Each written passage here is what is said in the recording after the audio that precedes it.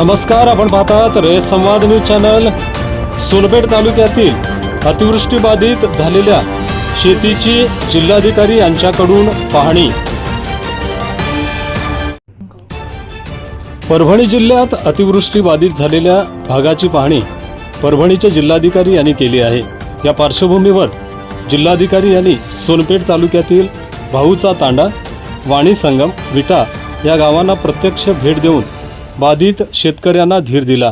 तसेच संबंधित विभागाला तातडीने नुकसान झालेल्या शेतीचे पंचनामे करून अहवाल सादर करण्याचे निर्देश दिले आहेत। या प्रसंगी राष्ट्रवादी काँग्रेस पक्षाचे युवा नेते श्रीकांत विटेकर यांनी सोनपेठ तालुक्यासह परभणी जिल्ह्यातील सर्व बाधित शेतकऱ्यांना नुकसान भरपाई देण्याची मागणी एका निवेदनाद्वारे केली आहे।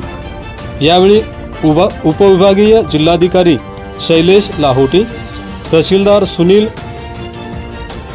कावरखे आदींसह सोनपेठ तहसील कार्यालयातील इतर कर्मचारी व शेतकरी बांधव उपस्थित होते। रेस संवादसाठी मंजूर मुल्ला, सोनपेठ, परभणी।